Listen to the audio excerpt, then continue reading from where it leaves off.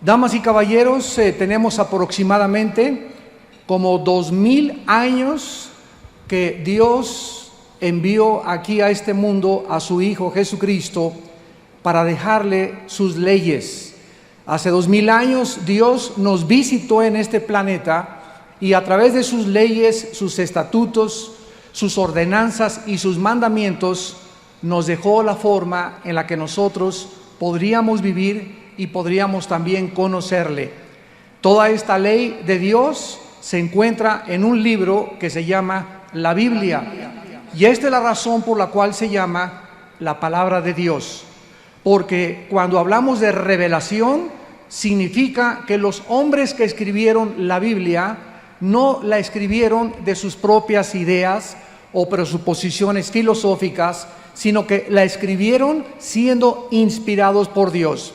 Cuando nosotros reunimos los 66 libros de la Biblia, nos damos cuenta que fueron escritos en un periodo de 1500 años por más de 40 autores diferentes, pero con la peculiaridad de que los 66 libros y los 40 autores que escribieron la Biblia, todos coinciden en el mismo mensaje.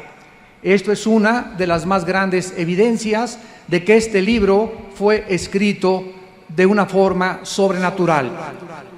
Hace muchos años, cuando Jesucristo bajó al mundo, Él estaba interesado en saber qué pensaba la gente de Él. Por ejemplo, en el Evangelio de Lucas, capítulo 9, versículo 18 en adelante, la Biblia dice: aconteció que mientras Jesús oraba aparte, estaban con Él los discípulos y les preguntó diciendo: ¿quién dice la gente que soy yo? Ellos respondieron: unos andan por ahí diciendo que eres el Bautista, otros Elías, y otros algún profeta de los antiguos que ha resucitado. Sin embargo, aunque Cristo sabía ya lo que la gente hablaba acerca de Él, a Él le interesaba una respuesta más directa de sus discípulos. Y entonces les preguntó a ellos: ¿y ustedes quién dicen que yo soy? Entonces respondió Pedro y le dijo: tú eres el Cristo, el Hijo del Dios viviente. ¿Era solamente Cristo un hombre extraordinario o era algo más? ¿Qué conceptos se tienen después de hace 2000 años acerca de la persona del Hijo de Dios? Aún en nuestros días nos sigue persiguiendo esta pregunta. La controversia que desataron las películas como La Pasión de Jesús, Jesucristo Superestrella, La Última Tentación de Cristo, el Evangelio de Judas y ahora el Código Da Vinci nos demuestran que demanda una respuesta. Es increíble toda la cantidad de películas de Hollywood, de literatura, de autores de ciencia ficción que están invadiendo y bombardeando el mercado internacional sin que la gente pueda tener la capacidad de discernir entre lo que es verdad y lo que es ficción. Y esta realidad se deriva de la ignorancia tan grande que existe en la humanidad de este libro que se llama la Biblia. La novela de Dan Brown, El Código Da Vinci, nos ofrece una respuesta diferente a todas las que habían sacado en las películas y en las demás novelas, porque Da Vinci o el Código Da Vinci nos presenta a Jesucristo como un hombre casado, feminista y como un simple profeta mortal. Está claro que todos tienen una opinión diferente de Jesucristo. En las primeras páginas de este libro se reconoce que la historia es ciencia ficción, pero que los hechos como fechas, documentos, figuras históricas son verdad. Y esto ha llevado a una grande confusión a la mayor parte de los lectores que no saben distinguir, repito, entre lo que es verdad y lo que es ficción. El autor, Dan Brown, cita fuentes históricas, por lo que la novela nos ofrece como una ilusión de que es real y debe formar parte de nuestra historia también moderna y asumirlo como una verdad, aún en los temas que se pueden demostrar que son fraudulentos. Vamos a dar respuesta en esta mañana, damas y caballeros, a algunas de las preguntas que siguen flotando en el medio ambiente, en los periódicos, en la televisión y en muchos lugares donde se está tratando de investigar lo que es verdad y lo que es ciencia ficción. Veamos algunas preguntas que vamos a contestar. En primer lugar, ¿es verdad que el emperador Constantino fue el que decretó que Jesucristo era Dios? En otras palabras, la deidad de Jesucristo. En segundo lugar, ¿es verdad que en el concilio de Nicea se determinó cuáles eran los libros que deberían de formar parte del Nuevo Testamento? En tercer lugar, ¿quién determinó que los libros que tenemos actualmente en la Biblia fueran incluidos y se reclamaran como inspirados por Dios? En cuarto lugar, ¿es verdad que María Magdalena tuvo relaciones sexuales con Jesucristo? Vamos a tratar de hacer un poco de historia porque es increíble la imaginación del ser humano. En el año 312 después de Cristo, un hombre llamado Constantino estaba posicionado en el puente de Milván, afuera de Roma, y estaba planeando acercarse a la ciudad de Roma y tomarla y conquistarla. Esta victoria de Constantino lo podría establecer como el próximo emperador romano. La noche anterior, Constantino estaba adorando a un dios pagano, cuando de repente, en las palabras de Eusebio de Cesarea, quien fue un historiador y el confidente particular del rey Constantino, estaba rezando cuando Constantino vio con sus ojos un símbolo de la cruz de Cristo. Y con estas letras, bajo este signo, vencerás. Constantino cruzó el río, ganó la batalla, peleando con el símbolo de la cruz. Más tarde, él decretó lo que se conoce como el Edicto de Milán, donde se establecía que ya no se debería de perseguir a los cristianos. En otras palabras, este mensaje de la cruz de Cristo conquistó al imperio más grande de toda la historia. El imperio romano no fue conquistado con sangre, ni con espada, ni con guerras, sino con un mensaje de que ese hombre llamado Jesús de Nazaret había vencido la muerte al levantarse de la tumba a los 3 días. Existen muchas razones para ser escépticos cuando un político abraza una religión, especialmente cuando esta religión le va a ayudar al político a poder alcanzar sus ambiciones políticas. Consideremos al emperador Constantino, quien en el Código da Vinci se dice que inventó la deidad de Cristo para consolidar su poder político. También se dice que eliminó los libros del Nuevo Testamento que no estaban de acuerdo con su agenda política. En el Código da Vinci, Dan Brown dice esto: Constantino consolidó su gobierno y se ganó el derecho de establecer que los que no estaban de acuerdo con él eran herejes. Además, Constantino reúne en el concilio de Nicea en el año 325 después de Cristo y ratifica la nueva doctrina cristiana por cuestiones políticas. Además, se asegura que Constantino rechaza los evangelios que eran favorables a la feminidad divina.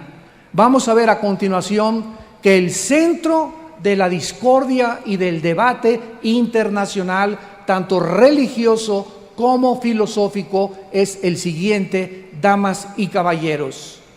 Si Jesucristo fue un simple hombre mortal como Buda, como Mahatma Gandhi, como el Gurú, como el Dalai Lama, como Hare Krishna, como Zoroastro o como todos los líderes religiosos, o si Jesucristo verdaderamente era Dios en la carne.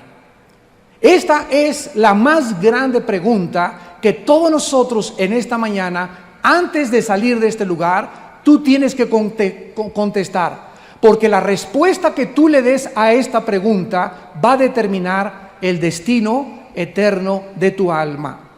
Si Jesucristo fue un simple mortal, como tú y como yo, y como todos los grandes líderes religiosos y los falsos mesías y los falsos profetas que han levantado tantas sectas en el mundo y tantos movimientos religiosos, entonces Cristo forma parte del montón. Pero cuando venimos a la Biblia y cuando comenzamos a escuchar las declaraciones de Jesús, cuando comenzamos a analizar la Biblia y la comparamos con el Mahajanivana Sutta, con el Tripitaka de los libros de Buda y de Confucio, con el Popo, con los Vedas de los persas, con el Corán de los musulmanes, nos damos cuenta que ninguno de los libros sagrados, ninguno, damas y caballeros, señoras y señores, ningún libro sagrado tiene una comparación ni científica, ni arqueológica, ni antropológica, ni psicológica, ni genética, ni biológica, ni geográfica, ni histórica con la Biblia.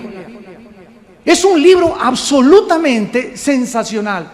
Y los más grandes estadistas, los más grandes pintores, escultores, artistas, políticos, nadie ha podido decir hasta este momento: yo tengo otro libro mejor que la Biblia. Esta es la razón por la cual, al contener la Biblia las verdades absolutas del universo, tiene que convertirse, si es verdad lo que Cristo dijo, que existía un diablo y existía un ser príncipe de las tinieblas, a cuyo mandato existen millones de demonios y de criaturas invisibles espirituales tratando de atormentarnos a nosotros y de robarnos la verdad, y de que tú vayas a la tumba sin el conocimiento de la verdad, entonces nosotros haríamos bien en abrir nuestros oídos al único ser en la historia que ha dicho estas palabras: yo soy el camino, yo soy la verdad y yo soy la vida.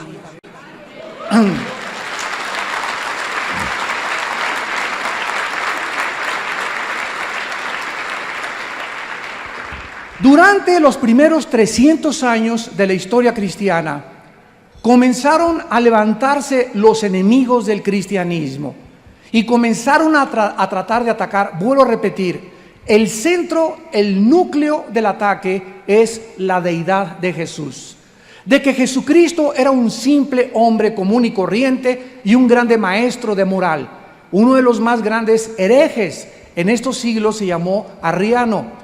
Y por causa de este hereje se formó lo que se conoce como el Concilio de Nicea, donde 300 obispos se reúnen en Nicea, Italia, para poder disputar, argumentar y concluir lo que se conoce como la cristología o la doctrina de Cristo. De manera unánime se considera a Arriano un hereje por negar la deidad de Jesucristo.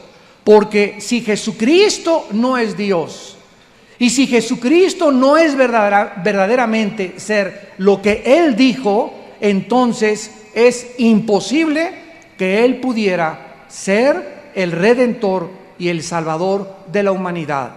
La Biblia en Hebreos 7:26 dice estas palabras acerca de Jesucristo: porque tal sumo sacerdote nos convenía, santo, inocente, sin mancha, apartado de los pecadores y hecho más sublime que los cielos. El escritor del libro de los Hebreos considera a Jesucristo sin mancha y totalmente diferente de todos los demás seres humanos. Pedro, en su primera carta, capítulo 2, versículo 22, dice: el cual no hizo pecado, ni se halló engaño en su boca. Si Jesucristo hubiera sido un simple mortal como tú y como yo, no podía en esa cruz abrir sus brazos, porque para que pudiera pagar por tus pecados y por mis pecados, hubiera necesitado primero pagar por los suyos propios y después pagar por los de los demás. Dios no nos podía imputar su justicia si Jesucristo no hubiera cumplido al pie de la letra los 10 mandamientos. Pero es el único ser, de acuerdo a la Biblia, que cumplió la ley de Dios. Y por causa de que Cristo cumple la ley de Dios, ahora Dios nos invita y nos lleva a la cruz. Y en esa cruz Dios en la Biblia nos dice: mi hijo cumplió lo que tú nunca hubieras podido cumplir. Mi hijo hizo lo que tú nunca hubieras podido hacer con tus peregrinaciones, con tus buenas obras, porque si hubiera sido esto, ¿cuál es la razón de que Cristo muere en la cruz? Si hubiera otro camino para la salvación, como dicen comúnmente, todas las religiones llevan a Dios, Jesucristo es el mentiroso, totalmente psicópata, neurasténico, maníaco depresivo, loco que ha existido en la humanidad. Porque Jesucristo dijo: nadie va al Padre si no es por mí. No todos los caminos llevan a Roma, no todos los aviones llegan al mismo lugar, no todas las religiones llevan a la verdad. La Biblia dice: hay caminos que parecen derechos, pero su fin es camino de muerte. Jesucristo dijo: porque no hay otro nombre dado debajo del cielo a los hombres en quien podamos ser salvados, más que en el nombre de Jesucristo.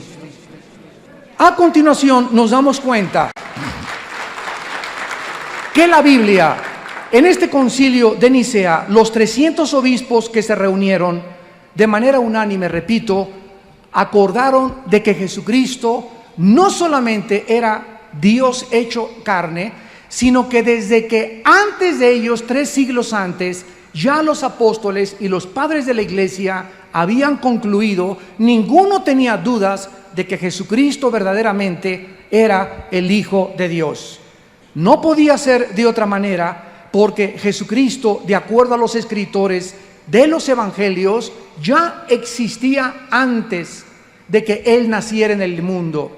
Por ejemplo, en el Evangelio de Juan capítulo 1, versículo 1 en adelante, dice: en el principio era el Verbo era con Dios, y el Verbo era Dios. Este era en el principio con Dios. Todas las cosas por Él fueron hechas, y sin Él nada de lo que ha sido hecho fue hecho. En Él estaba la vida, y la vida era la luz de los hombres. La Biblia dice que Jesucristo, antes de nacer en el vientre de su madre, la Virgen María, ya había estado junto con el Padre formando la creación, ordenando la creación, dirigiendo la creación, y se le atribuye a Jesucristo, al que murió en una cruz hace 2000 años, la creación del universo y la vida que tú tienes y la vida que yo tengo. Esto nos deja pasmados, asombrados. Cómo el creador del universo bajó a este mundo, se despojó de la corona, del anillo, de sus ropas reales que tenía en el trono con su Padre, y baja a este mundo de limosneros, a este basurero en el cual tú y yo vivimos, y camina entre el basurero, entre los limosneros que somos nosotros, se hace semejante a nosotros, toma la forma de un siervo igual a nosotros, y muere de muerte, y muerte de cruz. Dios no nos venía más que cualquier otra cosa a enseñarnos, al mandar a su Hijo, que la más grande virtud que un ser humano pueda tener es la humildad. La humildad.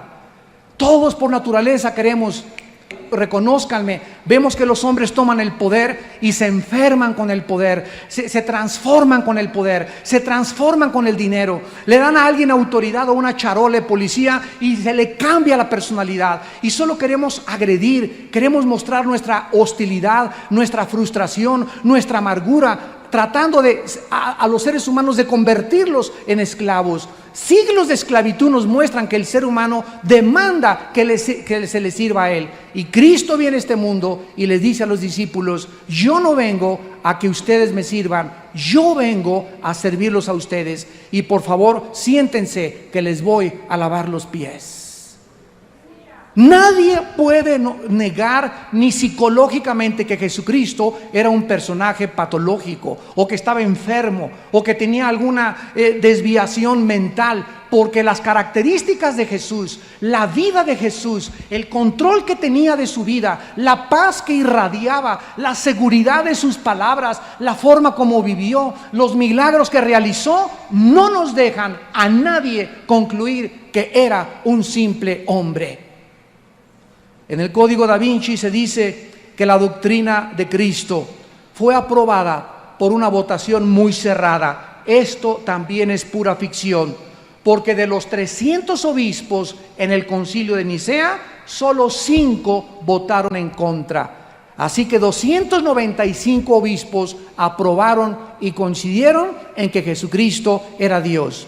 Pero realmente Constantino inventó esta deidad de Cristo. ¿Qué acaso antes de este concilio se consideraba que Jesucristo era un hombre ordinario? No existe ni un pedacito de evidencia histórica para esta barbaridad herética. La doctrina de la deidad de Jesucristo fue mantenida por la iglesia primitiva siglos antes del concilio de Nicea, como por ejemplo Policarpo de Esmirna, que fue un apóstol directo del apóstol Juan. Justino Mártir en el año 150 después de Cristo, el obispo de Lyons, Irineo, en el año 160 después de Cristo, y Tertuliano en el año 200 después de Jesucristo. No es de sorprenderse, pues, que el Nuevo Testamento establezca como herejes a las personas que niegan que Jesucristo vino en la carne. En primera de Juan 4, versículo 1 y 2, el apóstol Juan escribe: cualquiera que niegue que Jesucristo vino en carne, este es el espíritu del anticristo. Este es el espíritu del anticristo. Las personas que quieren atacar y colocar a Cristo junto a Buda, junto al Dalai Lama, junto a Moisés, junto a los gurús, etcétera, etcétera. ¿Por qué? Porque para el ser humano cualquier persona nos puede salvar.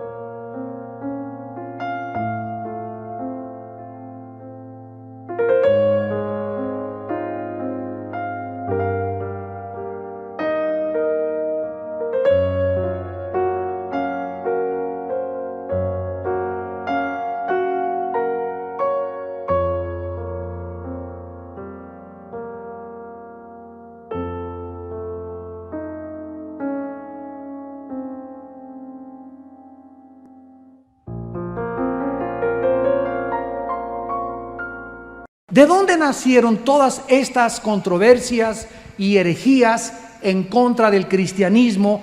El evangelio de Judas, el evangelio de los gnósticos, el evangelio de Felipe, el evangelio de Tomás, el evangelio de María Magdalena, que cita el Código da Vinci.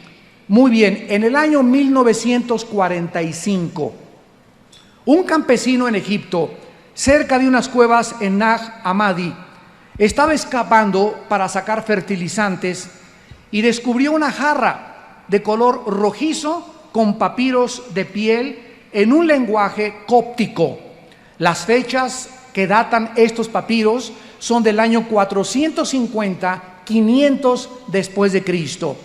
Se tradujeron estos papiros al inglés y la Sociedad Geográfica Nacional, el National Geographic Society, pagó $1 millón por tener el derecho de publicar en la televisión y de tener todas aquellas cosas que pertenecían a estos escritos. Se tradujeron y se convirtieron en lo que se conoce la Biblia gnóstica, donde se enseña que el hombre debe encontrar su propio camino a la salvación, que todos los caminos, si tú te portas bien, y todas las religiones te llevan a Dios, y que el problema no es el pecado, sino la necesidad del autoconocimiento. La palabra gnóstico viene del griego gnosis, que significa conocimiento, y en la Biblia se tradujo ciencia. Y esta filosofía enseña que existe un conocimiento escondido que es reservado solo para los iluminados y reservado en los grandes secretos del arcano para los masones y para otros grupos esotéricos filosóficos. Sin embargo, esta iluminación no proviene de la Biblia, ni de Cristo, ni de Dios, sino de arcanos superiores. Es increíble que el gnosticismo, que enseña que la necesidad no es el perdón de pecados, sino la iluminación interior, nieguen también la resurrección de Jesucristo, que un sustituto murió por él. Y de ahí nacieron los evangelios, repito, de Pedro, de María, de Felipe, de Tomás, y el evangelio de los egipcios.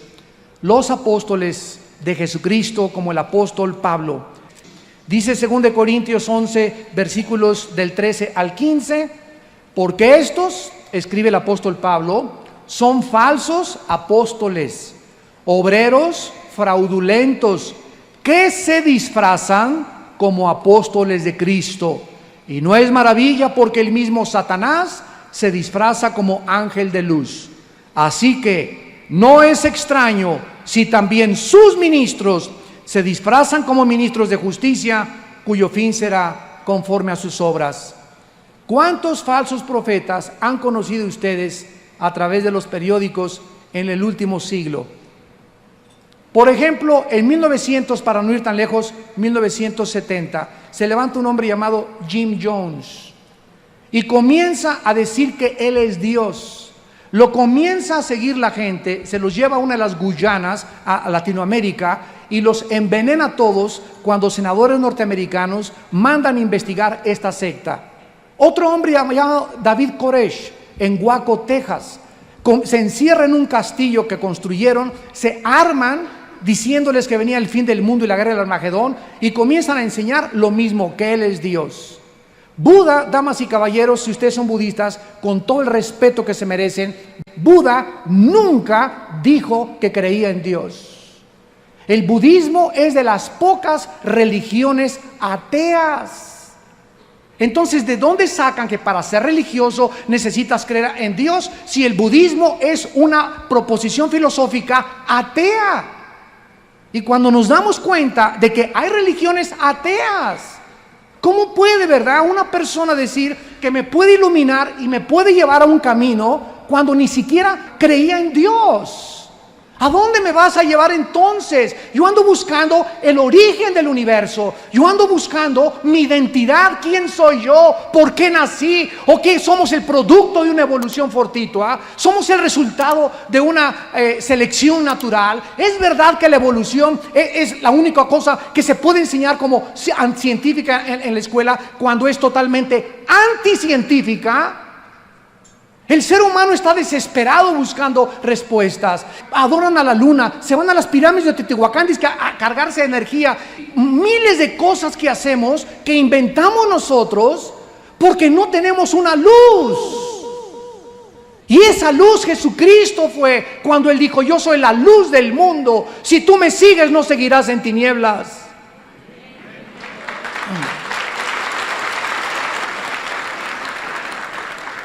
Teniendo tan cerca la verdad, damas y caballeros, estamos perdidos en un desierto de incertidumbre y de confusión.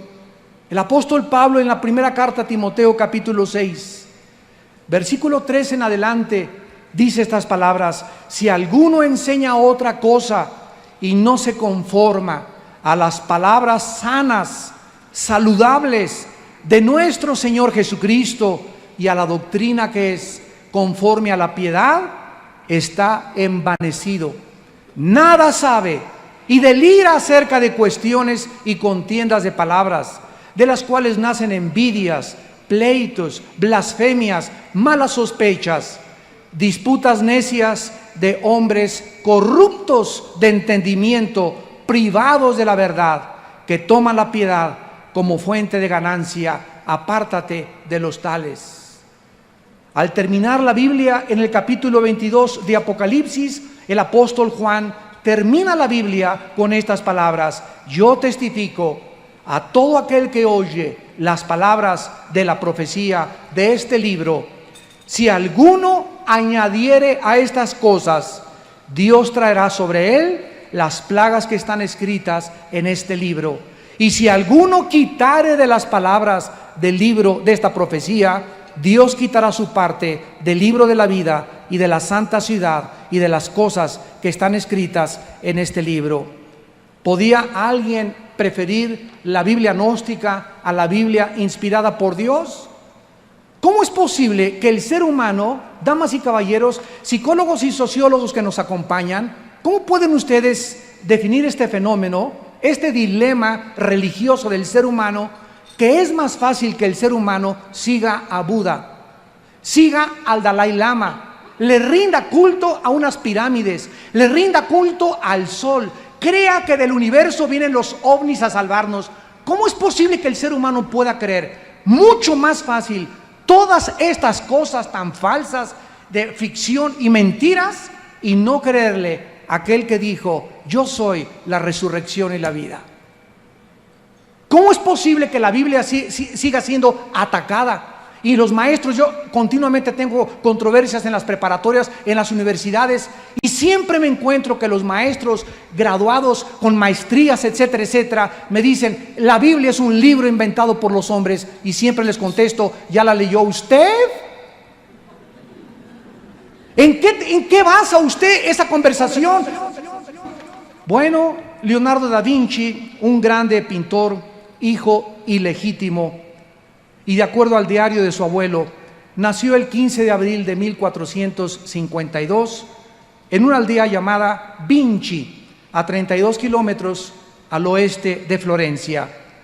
Realmente Leonardo da Vinci pintó en su cuadro de la Última Cena a María Magdalena recargada así amorosamente junto al rezago de Jesucristo. ¿Fue María Magdalena esposa de Jesucristo? Vamos a contestar estas preguntas a continuación, porque son otras mentiras también del libro y de la obra El Código da Vinci. Leonardo fue traído a Florencia siendo un mozo muy joven y se convirtió en un aprendiz de un pintor muy famoso. Más tarde, Leonardo comenzó a pensar que él no era apreciado en sus capacidades de pintura y apeló al duque de Milán llamado Ludovico para que le pudiera alquilar como pintor a su servicio. Ludovico lo aceptó y Leonardo pasó en Milán 20 años de su vida. En el año 1495, Ludovico, el duque de Milán, comisiona a Leonardo para que pinte el cuadro de la Última Cena para un monasterio dominico en la ciudad de Santa María de la Gracia. Pero realmente se encontraba, cuando pintó Leonardo da Vinci a María Magdalena recargada al regazo de Jesucristo. Y para nosotros saber la verdad, lo único que tenemos que saber es lo siguiente: ¿de dónde se inspiró Leonardo da Vinci para pintar el cuadro de la Última Cena? Vayamos al Evangelio de Juan, que fue el que leyó Leonardo da Vinci, y veamos de qué forma todos los evangelios, principalmente este que vamos a leer, nos describen quién se encontraba con Jesucristo en la Última Cena. Dice el Evangelio de Juan, capítulo 13, versículos 21 en adelante. Habiendo dicho esto, Jesús se conmovió en espíritu y declaró y dijo: de cierto os digo que uno de vosotros me va a entregar. Entonces los discípulos se miraban unos a otros, dudando de quién hablaba. Y uno de sus discípulos, al cual Jesús amaba, estaba recostado al lado de Jesús. Y todos sabemos que este discípulo amado era el apóstol del amor, el apóstol San Juan. A este hizo señas Simón Pedro para que le preguntara quién era aquel de quien hablaba. Él entonces, recostado en el pecho de Jesús, le dijo: Señor, ¿quién es? Respondió Jesús: a quien yo diere el pan mojado, aquel es. Y mojando el pan, lo dio a Judas Iscariote, hijo de Simón. Vemos que la Biblia nos dice claramente que en la última cena no había una sola mujer. ¿Por qué? No era porque Cristo las haya excluido o las haya minimizado, todo lo contrario. Las mujeres fueron las que estuvieron con Cristo en el último día cuando Él colgaba en la cruz. Su madre, la Santa Virgen María, y María Magdalena y otras mujeres. A las primeras a quienes se les apareció fueron a mujeres también. Y la Biblia nos muestra el grande honor, el grande respeto y la grande honra que las mujeres deben de merecer de parte de nosotros los hombres. Porque cualquier hombre que me escuche, vivimos gracias a que una madre y mi madre nos trajeron a este mundo.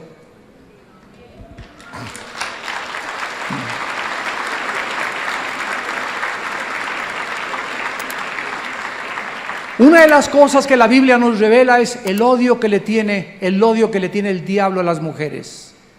Y esta es la razón por la cual en la mayor parte de los países en el Medio Oriente, en Latinoamérica y en otras naciones, a la mujer se le veja, se le sobaja, se le margina, se le desprecia. Y el hombre, principalmente en Latinoamérica, cree que porque es nieto y descendiente de Zapata y porque su compadre fue Pancho Villa, la señora está para hacerme los frijoles y yo puedo engañarla, yo puedo tener un amante, yo puedo irme con quiera, pero ella no puede. Nosotros sí podemos, pero ellas no pueden. Además, usted está para servir y para lavarme los calcetines y para darme de comer.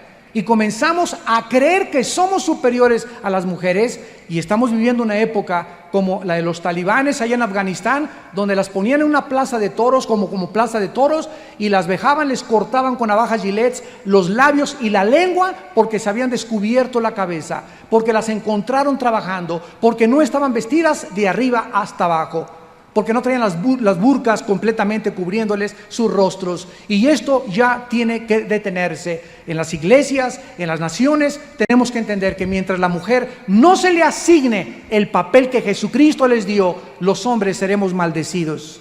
Porque la grandeza de una nación está en los matrimonios. Y cuando una familia se desmorona, el ser humano pierde la visión. Y atribuimos el problema a los pobres. No, si nosotros levantamos a los pobres y a los ricos los bajamos, esto es la raíz del comunismo. Marx se equivocó con eso, señores filósofos y políticos. No es la solución bajar a la clase alta y a la burguesía y al proletariado que suba. Cuando el proletariado sube, hacen lo mismo que hicieron antes. Y tenemos el ejemplo de Cuba, tenemos el ejemplo de Rusia, donde no funcionó. ¿Por qué? Porque el problema no es el comunismo, la clase sociales, la clase trabajadora, la pobreza. El problema somos nosotros y las familias. Los grandes imperios de la historia, damas y caballeros, no cayeron porque tuvieron una educación defectuosa, una política económica defectuosa, o porque las clases capitalistas comenzaron a gobernar a las clases inferiores. No es ese el problema. Sucumbieron por la inmoralidad. Egipto, los sumerios, los babilonios, los medos persas, los griegos, los romanos, Estados Unidos, Sodoma y Gomorra, Europa. Vemos en México desfiles ahora actualmente de gays y movimientos lésbicos demandando derechos. ¿Por qué tienes derechos cuando sales encuerado a la calle? Tú estás afectando a mis hijos y mi familia al salir encuerado y protestar en la calle. ¿Quién eres para violentar mis terceros derechos que yo tengo como ciudadano al demandar tus derechos de un estilo libre sexual? Pero ya no sabemos cómo contestar. Estamos en Sodoma y Gomorra y los seres humanos estamos completamente relajados, creyendo que una libertad democrática se puede hacer lo que se nos da la gana. Esto se llama anarquía y degeneración y depravación moral. Y por esto, dice la Biblia, vienen los juicios de Dios sobre México y el mundo entero. porque hemos traspasado sus leyes. Hemos creído que todo mundo tiene derechos. Al ratito, vamos a darle derechos. Quiere vivir con 4 mujeres, tiene el derecho de hacerlo. Tiene el derecho de vivir con 5 hombres, vamos a darle el derecho de hacerlo. Quiere vivir con una mujer con mujer y adoptar un niño. Cuando se destruye el fundamento de la familia, que es el diseño de Dios para la sobrevivencia de una sociedad, hemos llegado a Sodoma y Gomorra. Porque las familias forman las grandes naciones y las naciones están formadas por familias. Y lo que hace una familia, lo que integra una familia es la moral cristiana. Y cuando abandonamos eso, no tenemos ningún destino a donde dirigirnos más que al barranco y al naufragio total de nuestra sociedad. Leonardo da Vinci se inspira en la Biblia y lo que dice el Código da Vinci es absolutamente falso. ¿Quién era María? Dice la Biblia que María, en el capítulo 20 de Juan, fue una mujer y la primer testigo de su resurrección. Juan capítulo 20. Y dice la Biblia que no solamente fue el primer testigo de su resurrección, sino que María también fue la primera que dio testimonio que Jesús había resucitado. El primer día de la semana, María Magdalena fue de mañana, siendo aún oscuro, al sepulcro y vio quitada la piedra del sepulcro. Corrió y fue a Simón Pedro y al otro discípulo, al que amaba Jesús, y le dijo: se han llevado del sepulcro al Señor y no sabemos dónde le han puesto. Escuchen, nunca dijo: se han llevado a mi esposo. Ya se robaron el cuerpo de mi esposo. Ella, con todo el respeto, al haber vivido con Jesucristo, dijo: se han llevado a mi Señor y no sabemos dónde lo han puesto. Dice el versículo 11: y María estaba llorando junto al sepulcro. Mientras lloraba, se inclinó para mirar dentro del sepulcro y vio a 2 ángeles con vestiduras blancas que estaban sentados a uno y otro lado, a la cabecera, y el otro a los pies donde el cuerpo de Jesús había sido puesto. Y le dijeron los ángeles: mujer, ¿por qué lloras? Les dijo: porque se han llevado a mi Señor.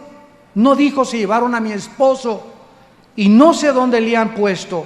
Cuando había dicho esto, se volvió y vio a Jesús, que estaba allí, mas no sabía que era Jesús. Jesús le dijo: mujer. No le dijo: esposita.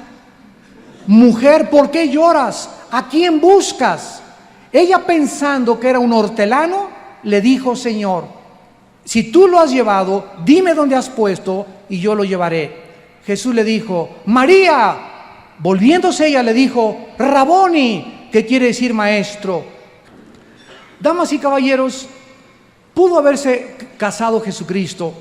El autor del Código da Vinci así lo asegura. Sin embargo, es pura ficción. Ninguno de los 4 evangelios enseña tal barbaridad. Y si hubiera ocurrido, lo hubieran mencionado. La Biblia enseña que Jesús no se casó con nadie. Escuchen con mucho cuidado. No porque el matrimonio sea algo sucio o deshonroso. Porque en Hebreos 13, versículo 4, la Biblia dice: honroso sea el matrimonio sin mancilla. A los adúlteros y a los fornicarios Dios los juzgará. Jesús bajó del cielo para morir en una cruz. No se casó porque simplemente no fue esa su misión. Él no bajó del cielo a formar un hogar ni una familia. Él vino a morir en una cruz. Él no podía casarse con ninguna mujer porque su naturaleza no solamente era humana, era divina.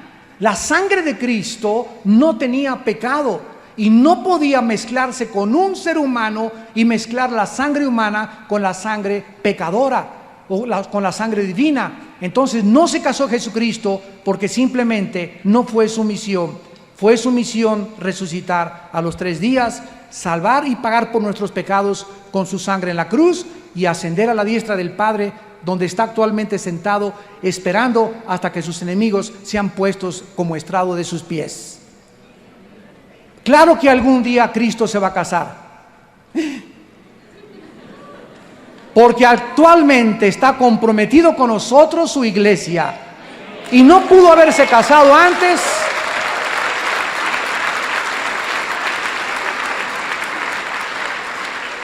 Cristo no pudo haberse casado antes sabiendo que su matrimonio va a ser en el cielo. Dice Apocalipsis capítulo 19, versículos del 5 al 9. Y salió del trono una voz que decía: alaben a nuestro Dios todos sus siervos y los que le temen, pequeños y grandes.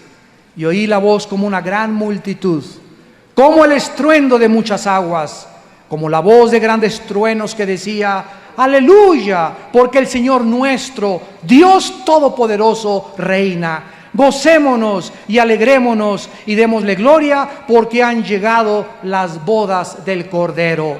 Y su esposa se ha preparado, y a ella se le ha concedido que se vista de lino fino, limpio y resplandeciente, porque el lino fino es las acciones justas de los santos. Y el ángel me dijo: bienaventurados los que son llamados a la cena de las bodas del Cordero. Y me dijo: estas palabras son fieles y verdaderas.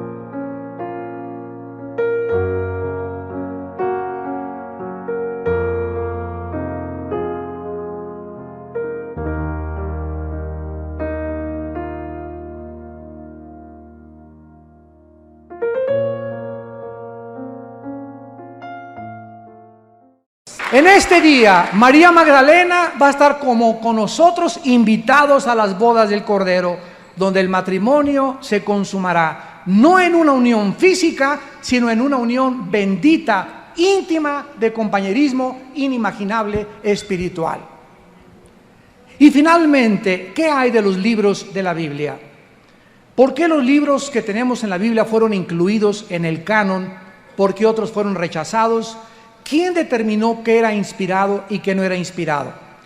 La Biblia, ya dijimos, es un compendio de 66 libros, escritos bajo un mismo tema, por más de 40 autores en un periodo de 1500 años, o sea, más o menos del año 1492, y se terminó de escribir en el año 100 después de Jesucristo. Fue escrita en arameo, en griego y en hebreo. Fue el primer libro, la Biblia, en que se imprimió en la imprenta de Gutenberg. El primer libro que se imprimió en la historia en el año 1455 después de Cristo. Y se llamó la Vulgata Latina, que la tradujo al latín un monje llamado Jerónimo en el año 435 después de Jesucristo. En 1986, la Biblia se había traducido a 1848 lenguajes, de los 5445 lenguajes y dialectos que aproximadamente existen en el mundo. Actualmente hay más de 13,000 copias manuscritas del Nuevo Testamento antes de que saliera el Evangelio de Judas, 8,000 manuscritos de la Vulgata Latina y 13,000 versiones y 4,000 en griego, versiones primitivas. Existen más versiones primitivas de la Biblia que del libro La Ilíada y la Odisea y de cualquier otro volumen que exista en la humanidad. Además, el ateo francés Voltaire, en 1778, cuando murió, dijo en una ciudad donde él vivía: cuando yo muera, la Biblia pasará a la historia y nadie la volverá a publicar. Sin embargo, después de su muerte, la imprenta más grande que hay de Biblias en Europa es donde murió Voltaire. Jesús dijo: los cielos y la tierra pasarán, pero mis palabras permanecerán. Y seguirá siendo atacada, y saldrán películas, y saldrán esto y aquello, y el mundo pasará a la historia y comenzará a distinguir entre lo que es ficción, lo que hombres enemigos de la cruz continúan atacándola, pero nosotros seguiremos levantándola y defendiéndola como la única luz que alumbra en tantas tinieblas en que se encuentra la humanidad. Haríamos bien en estar atentos como una antorcha que alumbra a este libro hasta que el lucero de la mañana amanezca en todos vuestros corazones. Y finalmente vemos nosotros que la autoridad de la Biblia la observamos en los escritores.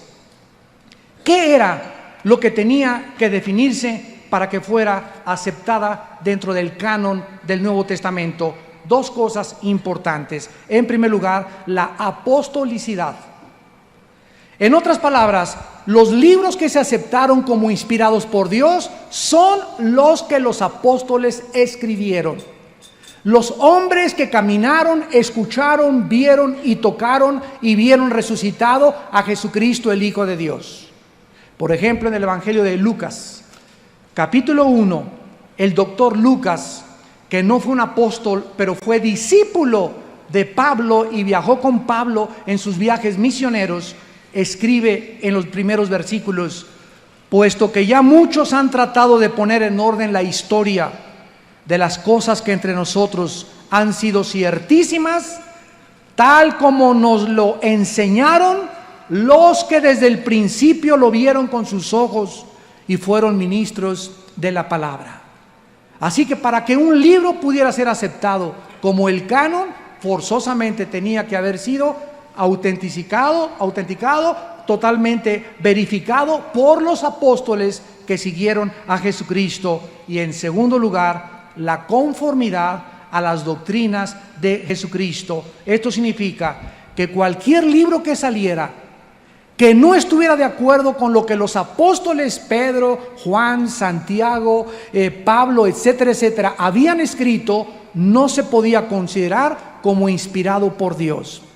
Entonces es lógico que el Evangelio de Judas, el Evangelio de Tomás, el Evangelio de Felipe hayan nacido o surgido 300, 400 años después de Cristo, cuando los enemigos del cristianismo comenzaron a escribir y a enterrar. Nadie niega que sean auténticos, nadie niega que sean antiguos. Lo que se niega, por ejemplo, en el Evangelio de Judas es que ni siquiera Judas lo escribió. Ahí está el Evangelio de Judas y no aparece ningún versículo donde diga: yo, Judas, dije esto. Alguien enemigo de Cristo escribió este evangelio y comenzó a decir que que Judas no era el traidor, que se puso de acuerdo con Jesucristo. Es increíble la imaginación humana. Y estamos en un momento, damas y caballeros, donde si tú no te afianzas a la verdad y si tú no tienes fundamentos morales firmes en tu vida y en tu familia, te va a llevar la corriente y vas a acabar creyendo en cualquier cosa. Esa es la tragedia más grande de cuando alguien rechaza la luz de Cristo, que acabas creyendo en cualquier otra filosofía tonta inventada por los hombres que en aquel que dijo: yo soy la luz del mundo.